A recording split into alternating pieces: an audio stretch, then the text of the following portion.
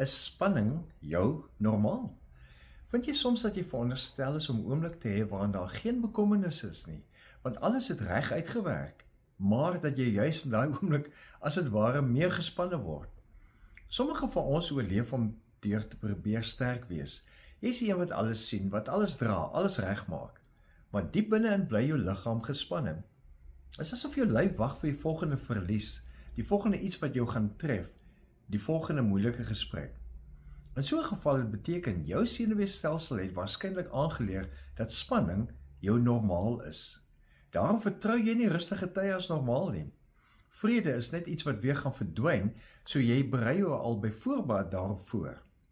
Die neurowetenskaplike Stephen Porges sê in sy navorsing dat ons senuweestelsel voortdurend en onbewuslik die omgewing bly skandeer vir tekens van gevaar of veiligheid aan die ander kant.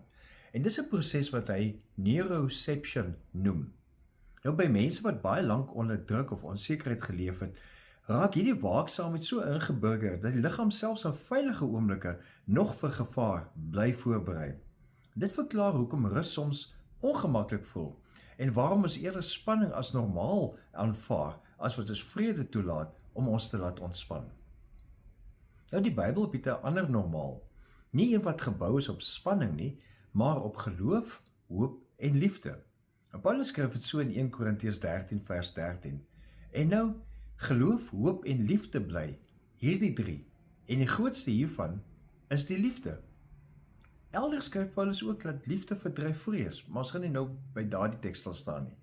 Hierdie drie is nie naïewe optimisme nie.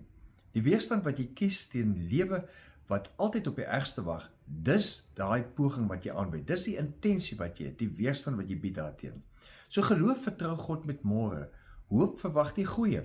Liefde laat jy toe, laat jy ontspan in genade, nie omdat die gevaar verby is nie, maar omdat iemand groter as die gevaar by ons is, en sy naam is liefde. Wat is jou nuwe normaal? Nie waaksaamheid is nie, maar oorgawe. Wat sou verander as jy kies om vandag te vertrou, in plaas van om voor te berei op die ergste? So bid God om hulp, vra vir die een wat liefde is om hulp, sodat geloof, hoop en liefde jou nuwe normaal is. Leef geïnspireerd.